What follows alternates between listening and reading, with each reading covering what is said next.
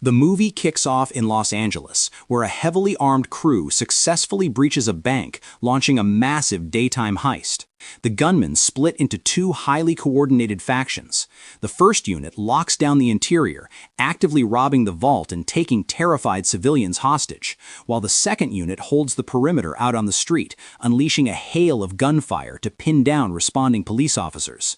Realizing the sheer difficulty of this escalating shootout, the LAPD is forced to call in the heavy hitters, the Special Weapons and Tactics Unit, better known as SWAT, relying on their elite tactical experience to neutralize the shooters and save the hostages. A heavily armored SWAT vehicle rolls onto the scene, commanded by Lieutenant Gregg. The tactical squad instantly divides into two specialized strike teams. The first team stays out front with Gregg, tasked with laying down suppressive fire and helping the patrol cops take out the street-level shooters. Meanwhile, the second team drops in hot from a hovering chopper. This elite four-man squad successfully breaches the roof access door, prepping to infiltrate the bank from above. Two of these tactical operators, Jim and Gamble, drop down and cautiously navigate through the building's tight air conditioning vents. Over the comms, Lieutenant Gregg strictly orders them not to rush or engage the hostiles just yet. The absolute priority is hostage safety, especially since negotiators have just sent a walkie-talkie inside to establish contact, hoping to convince the gunmen to surrender peacefully. However, the hot-headed Gamble refuses to hold his position. He acts on raw impulse, bursting out and firing his weapon at one of the gunmen. This particular suspect is using a female hostage as a human shield, actively threatening to kill her if anyone steps closer. Gamble takes the risky shot anyway, but the bullet goes clean through the suspect and tragically strikes the innocent woman. Immediately after, Jim and Gamble go in guns blazing, eliminating all the hostiles inside the bank, while the tactical forces outside wipe out the remaining street shooters. In the tense aftermath of the siege, Jim and Gamble find themselves standing in the office of Captain Fuller, the strict LAPD chief. Fuller ruthlessly tears into both of them for breaking protocol. He blames Gamble for taking a reckless shot at a man actively holding a hostage, a catastrophic mistake that left the woman critically wounded and the city facing a multi-million-dollar lawsuit.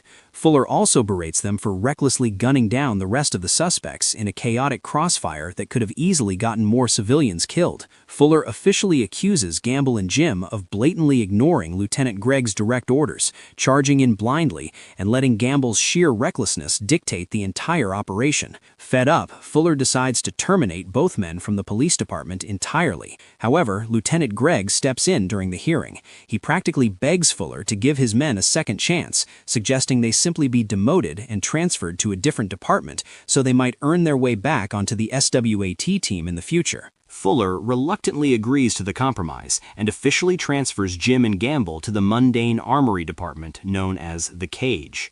Gamble, however, is absolutely furious. He loudly argues with Fuller, pushing the captain until Fuller literally kicks him out of the office. Once Gamble is gone, Fuller orders everyone else out, demanding a private word with Jim. Alone in the room, Fuller offers Jim a dirty deal. If Jim writes an official report stating that Gamble went rogue and made the call to shoot all on his own, Fuller promises to instantly reinstate Jim back into SWAT. But Jim flat out refuses to sell out his best friend and partner of 5 years.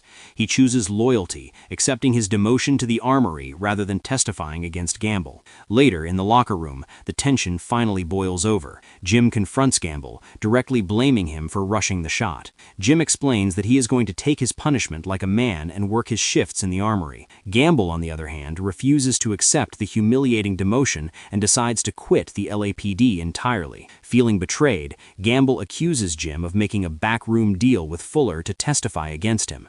Jim desperately denies the claim, swearing it is impossible he would ever do such a thing, but Gamble refuses to listen. Consumed by anger, Gamble shoves Jim violently into a glass mirror and walks out of his life. Fast forward 6 long months. Jim hasn't given up. He constantly stays in shape, rigorously maintaining his tactical training in the hopes of earning back his badge one day. He has been locked in the armory for exactly 6 months since Fuller handed down the punishment, living proof that he never sold Gamble out, yet he is still stuck cleaning guns. One day, while Jim is working his armory shift, an old-school LAPD legend walks in. Sergeant Hondo. Hondo is a seasoned, highly professional veteran who used to run with the original SWAT lineup. He drops off a custom weapon that needs serious tuning and cleaning, leaving the job in Jim's capable hands. Afterward, Hondo is shown sitting down in Lieutenant Greg's office. Greg drops some massive news. Captain Fuller wants Hondo to build a brand new, highly elite 5-man SWAT team from the ground up. Greg notes that 2 officers are already locked in as guaranteed picks, TJ and Boxer, leaving Hondo the freedom to handpick the final 3 members. Hondo is visibly hesitant to take the job, mainly because he openly dislikes Fuller, but he ultimately accepts the challenge. The very next day, Hondo returns to the armory to pick up his freshly tuned weapon from Jim. On another day, out on the tactical shooting range, Hondo and Greg are supervising TJ and Boxer as they run live-fire drills. TJ is clearly outperforming everyone on the range, but Hondo notices Jim walking up to run some solo shooting drills nearby. Smirking, Hondo approaches TJ and the others, offering TJ a cool $200 that he can't outshoot Jim in a head-to-head drill. Confident, TJ takes the bet, assuming it will be an easy win against a guy who currently just washes guns for a living. But the exact opposite happens. Jim absolutely destroys the course, beating TJ flawlessly, and Hondo happily pockets his winning cash. The scene dramatically shifts to Los Angeles International Airport, where a high-profile, globally feared criminal named Alex touches down. Alex is flawlessly impersonating a French tourist, gliding through security with a masterfully forged passport. It is quickly revealed that Alex is in America to take over his father's massive criminal empire right here in LA. Making matters worse, it is revealed that Alex is a priority target for Interpol, actively wanted by authorities in over 12 different countries. Returning to Hondo, the veteran sergeant pays Jim another visit in the armory, only this time he orders Jim to suit up in his official police uniform. Hondo cakes Jim out for a ride, tossing him the keys and telling him to drive. As they cruise through the city, Hondo flips through Jim's personnel file, grilling him on the detailed notes inside. He asks if Jim really served in the Navy before joining the LAPD, which Jim confirms is true. Hondo also notes that Jim successfully passed 2 highly specialized tactical courses, elite sniper training and tactical assault. It becomes clear that Hondo is planning to recruit Jim for the new S.W.A.T squad, especially after hearing rumors about his past experience. Hondo reveals they currently hold the files of 3 potential candidates, Officer Deke, Officer Boris, and Officer Sanchez. Out of these 3, Hondo needs to select just 2 to join Jim, TJ, and Boxer, locking in the final 5. First on the list is Deke. Listening in on the police scanner, Hondo and Jim hear that Deke and his partner are actively raiding a suspect's house. Suddenly, the suspect breaks free, bolting out the door and sprinting down the street. Deke immediately calls it in over the radio and launches into a full-blown foot pursuit. Hearing the chatter, Jim and Hondo realize they are just blocks away. They speed over, using their cruiser to violently block the suspect's path. But the runner is agile. He vaults right over the hood and keeps sprinting. Deke is right on his heels. Jim bails out of the driver's seat and joins the chase. The suspect ducks into a local store, bursts out the back exit, and vanishes into a massive, crowded street festival. He weaves through the chaos until he runs dead into Hondo, who steps out and brutally knocks him to the pavement with a single punch to the face. Watching the chase unfold, Hondo realizes he just witnessed the ultimate field test. Impressed by Deke's relentless stamina and refusal to quit, Hondo officially selects him as the 4th man. Next up, Hondo and Jim track down the second candidate, Officer Boris. They find him grabbing some food outside a street-side cafeteria. Hondo strikes up a conversation, praising Boris for having an absolutely spotless record, calling him a genuinely hard-working cop. However, Hondo quickly identifies a massive, glaring flaw. Boris is far too nice. He is a deeply peaceful man who has never struck, assaulted, or even verbally insulted a single citizen in his life. Naturally, this completely disqualifies him. SWAT requires aggressive, fierce operators who can cross the line when necessary, though without crossing into pure police brutality. Realizing Boris is simply too soft for the job, Hondo officially excludes him from the roster, buys a sandwich, and hops back into the car with Jim, leaving Boris behind. Their final stop is a local hospital to check on Officer Sanchez. Hondo and Jim discover that Sanchez just brawled with a massive hulking suspect, taking him down and putting him in the hospital entirely by herself, though she took some damage in the process. Recognizing her raw strength and grit, Hondo offers her a spot on the elite SWAT team, and she immediately accepts. With his 5-man squad finally locked in, Hondo marches right into Captain Fuller's office and drops the official roster on his desk. Scanning the names, Fuller scoffs. He aggressively rejects Jim and Sanchez, telling Hondo he will only approve Deke. But Hondo stands his ground, firmly stating that if Fuller wanted him to build a team, he gets to choose who is on it.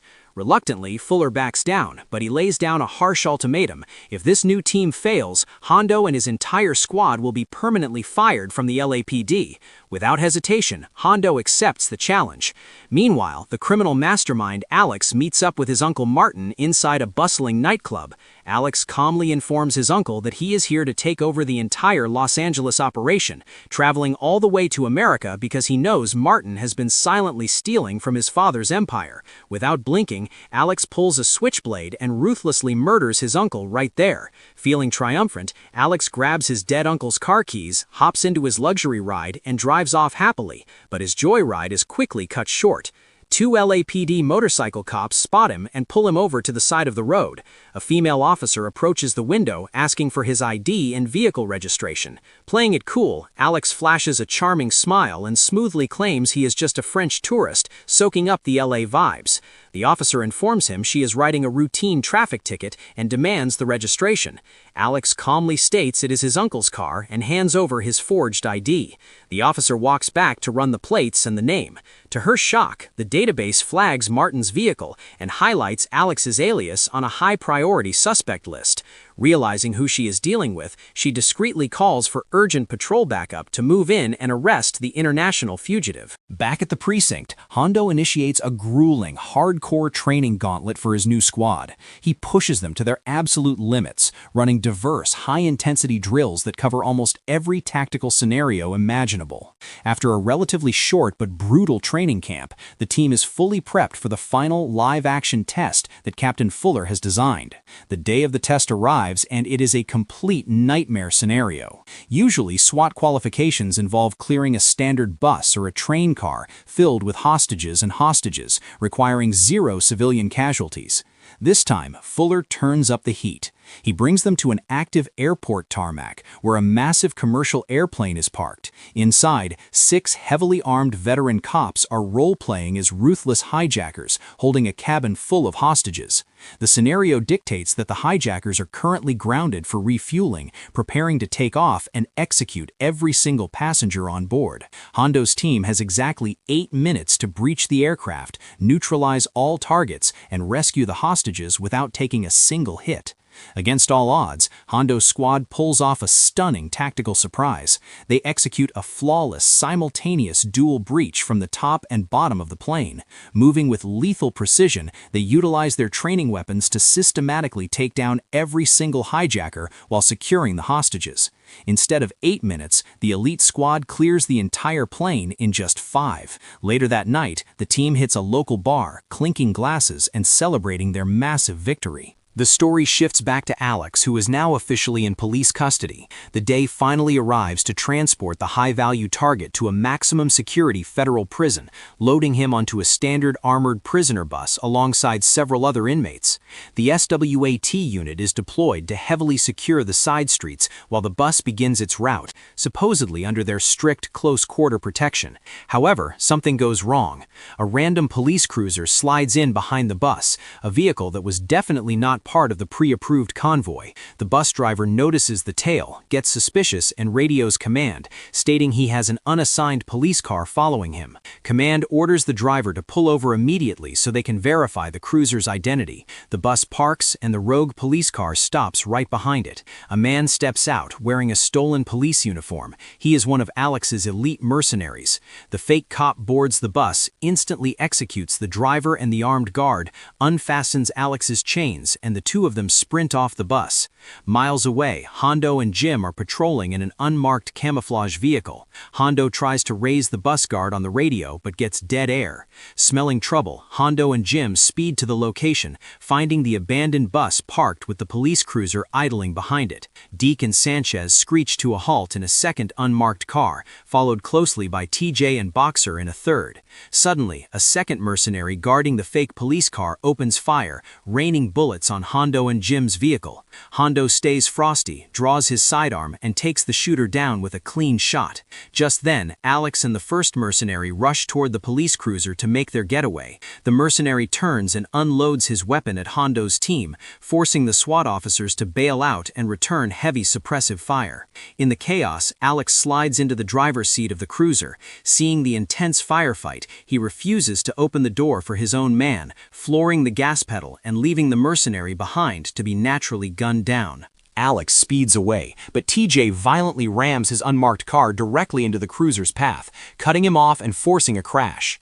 The squad swarms the vehicle, dragging Alex out and throwing him right back into police custody. The media and journalists swarm the precinct, buzzing with the news that Alex, a legendary international crime boss, was captured purely by accident over a simple traffic violation.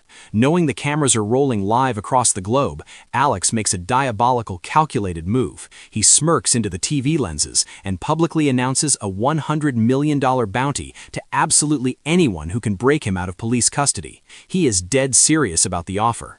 Almost every criminal in the world watches and hears Alex on TV, and a massive number of them instantly decide to mount a rescue mission because $100 million is a life-changing payday. Realizing the city is about to become a war zone, Captain Fuller and his officers desperately brainstorm the safest way to move Alex, abandoning the idea of ground transport. They decide to airlift him straight from the roof of the police headquarters, planning to extract him via helicopter from above. They prep everything, and the transport chopper arrives over the building, but a heavily armed sniper is already set up in a distant high-rise, aiming a rocket launcher directly at the incoming helicopter. The sniper fires a light rocket, scoring a direct hit. The chopper spirals out of control and explodes into the pavement. Forced to abort the plan, the LAPD drags Alex back down and locks him in the holding cells while they scramble for a new strategy. Fuller calls an emergency tactical meeting in the operations room. He orders the police and special forces to devise a master-level decoy operation to safely deliver Alex to the feds without triggering another catastrophic ambush, especially after a criminal just blew a helicopter out of the sky. They come up with a brilliantly deceptive trick. The cops bring in a highly realistic wax mannequin, strap a wig on it to mimic Alex's exact profile so that when people see it being transported in a cruiser, they will assume it is the crime boss. They strap the statue into a police car and send it out into the streets surrounded by a massive, highly visible police escort. Meanwhile, the actual plan is to quietly slip the real Alex into a completely ordinary civilian car and drive him through the city undetected. The decoy convoy rolls out and all hell breaks loose. Heavily armed thugs swarm the streets from every direction, launching a brutal assault on the police escort. Massive transport trucks block the intersections, dumping out waves of mercenaries, while gunmen perched in the surrounding buildings hurl blazing Molotov cocktails down on the cruisers. A massive, chaotic firefight erupts. The criminals finally manage to breach the police car they think Alex is in, only to be completely stunned when they find a melting wax dummy. Furious and outgunned, the street gangs are quickly overpowered and arrested by the LAPD. While the decoy absorbs the chaos, the SWAT team silently escorts the real Alex through a network of secret underground tunnels, emerging at a secure drop point where the unmarked civilian cars are waiting. They shove Alex into the lead vehicle alongside Jim, TJ, and Boxer. Hondo, Sanchez, and Deke fall in right behind them in a chase car, blending in with regular traffic. The teams maintain tight radio contact, guided by Lieutenant Greg, who is actively monitoring the convoy from an Overwatch helicopter high above the SWAT cars. Inside the lead car, Alex tries to play his final card. He looks at Jim, Boxer, and TJ and casually offers to double his broadcasted bounty, promising to hand them an astonishing $66 million each. All they have to do is stop the car, drop him off anywhere, and he will handle himself. The officers firmly reject his massive bribe. However, about a minute later, TJ suddenly slams on the brakes, stopping the car at a traffic light. Over the radio, Hondo demands to know why they stopped. TJ calmly replies that he is just waiting for a pedestrian crosswalk and assures Hondo they will be moving in seconds. But inside the car, the truth is revealed. TJ steps out, draws his weapon, and aims at Jim and Boxer, demanding they hand over Alex so he can escape.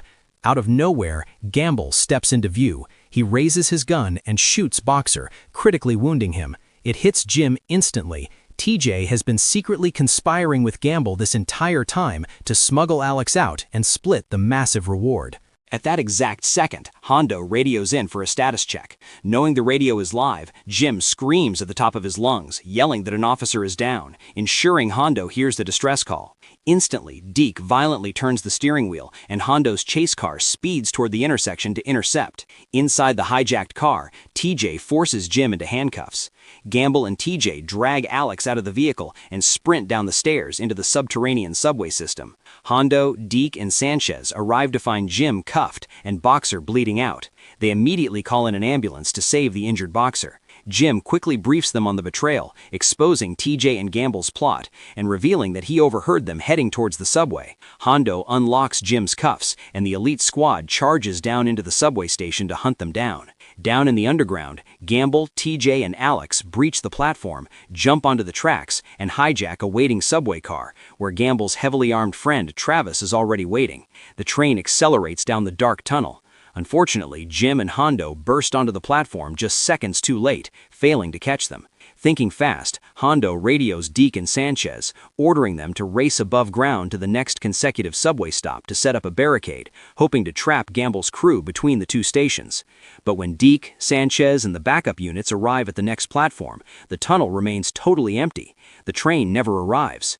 Midway through the tunnel, Gamble forces the motorman to kill the engine deep in the subterranean darkness, allowing the crew to escape from there. Realizing the play, Hondo and Jim leap down onto the electrified tracks, navigating the dark tunnels until they reach the abandoned train. Deke and Sanchez converge from the opposite side, but they discover Gamble's crew abandoned the train and descended even deeper through the city's massive sewage network. Hondo and his team plunge into the sewers after them. Naturally, they lose contact with Greg in the operations room because there is zero radio coverage beneath the sewer tunnels. At this time, Gamble is shown setting a deadly trap. He carefully rigs a high-explosive mine in the middle of the tunnel with a thin tripwire, designed to blow Hondo's team to pieces the moment they arrive. But as SWAT pushes forward, Jim manages to spot the thin wire just a split second before Deke trips over it, allowing them all to safely step over the lethal trap.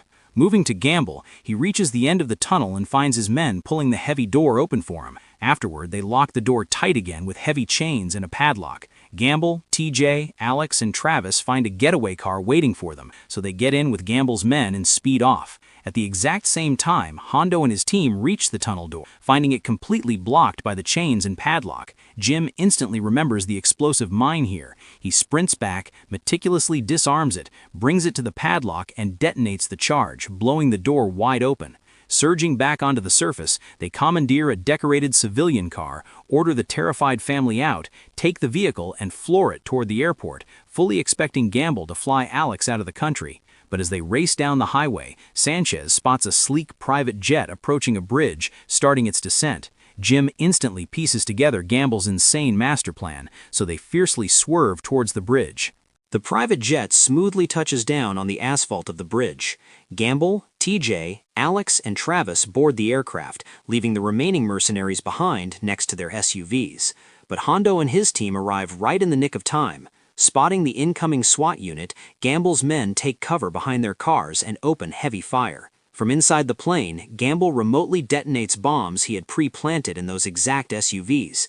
The vehicles erupt into massive fireballs right as Hondo's team reaches them, but miraculously, the squad survives uninjured. The jet's engines roar as it builds up takeoff speed on the bridge, but Hondo and his team unleash a relentless barrage of gunfire at the fleeing aircraft from behind. Refusing to let them escape, Hondo hits the gas, ramming his car at top speed directly into the jet's rear wing structure. The catastrophic impact causes the plane to violently swerve, stop, and burst into flames.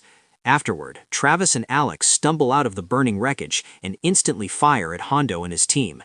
At this time, Gamble seizes the chaotic opportunity and rappels down from the towering bridge using emergency ropes. Jim doesn't hesitate and rappels down right after him in the exact same way, dropping toward the active railroad tracks and trains far below. Gamble manages to run away, but Jim refuses to let him go and fiercely chases him. Returning to Hondo, he expertly eliminates Travis. Alex attempts to sprint away, but Deke chases him down, tackling the fugitive to the pavement and slapping the cuffs on him. Afterward, Hondo breaches the burning plane to secure the cabin. Inside, he finds TJ sitting all alone in the smoke. Hondo coldly blames him for what he has reduced his life to.